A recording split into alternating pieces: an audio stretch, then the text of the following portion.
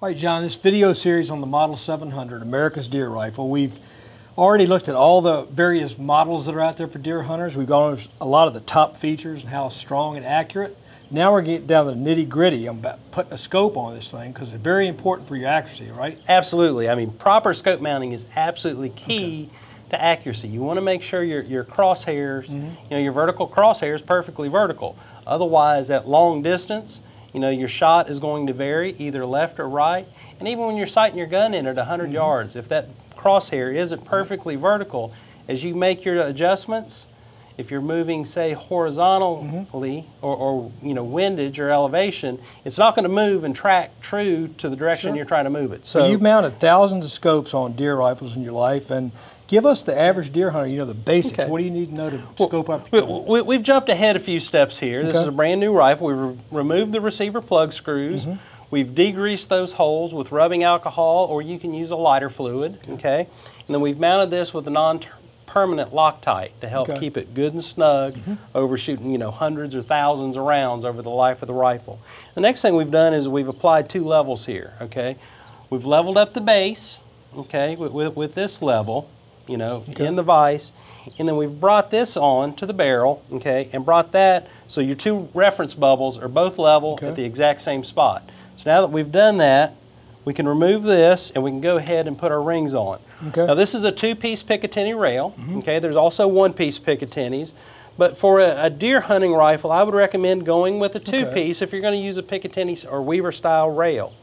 And the reason for that is it leaves the ejection port open to make it easier to load through the top and gives you a good, clear, you know, ejection port as well. So at this point, you know, we can go ahead and drop our rings on. And I'll just, you know, hand tighten these at this point.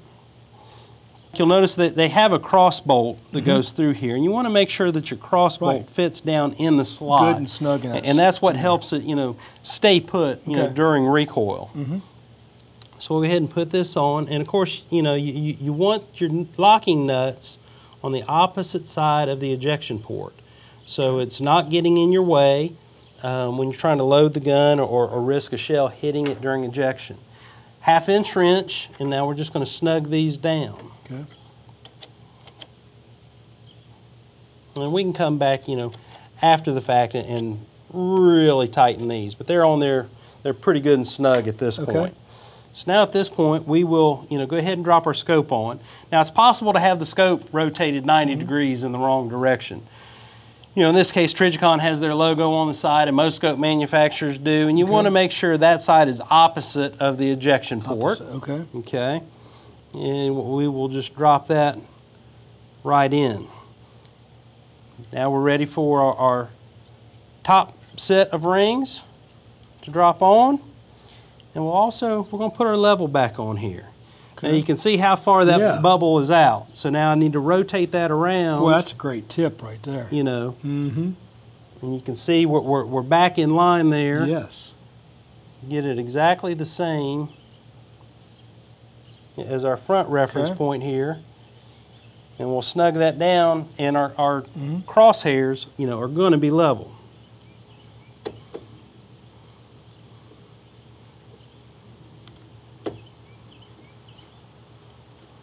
You know, and I'm tightening these down in an alternating pattern.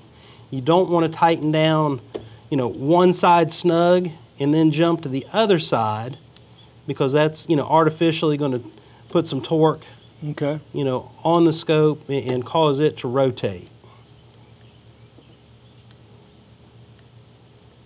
And then before I really tighten those up, I'm going to come back, tighten the rear. And you can see just from the tightening, you know, I've kind of rotated that a little bit, so we're going to have to bring that back and level that.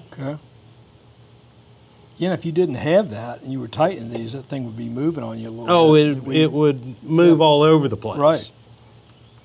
And you wouldn't know. I mean, until you brought it up and shouldered it and realized how crooked your crosshairs were. So there you go, Mike. I mean, just for a quick lesson on a quick scope mounting. I mean, those are the things that you really need to pay attention to help make sure that scope's level and that you're going to have a successful time at the range, getting your gun sighted in. And then, you know, if the opportunity comes up to take that longer shot, Right. you know, you're going to have the confidence to do it. And of course, you know, recommend people practice those distances Well, to that's know right. that they can, you know, safely and ethically take a shot at those distances. This process here you've shown us with all the leveling and all the steps to it are really the key to bringing out the Model 700's inherent accuracy. That's exactly right. Great. Thanks, John. All right. Thank you.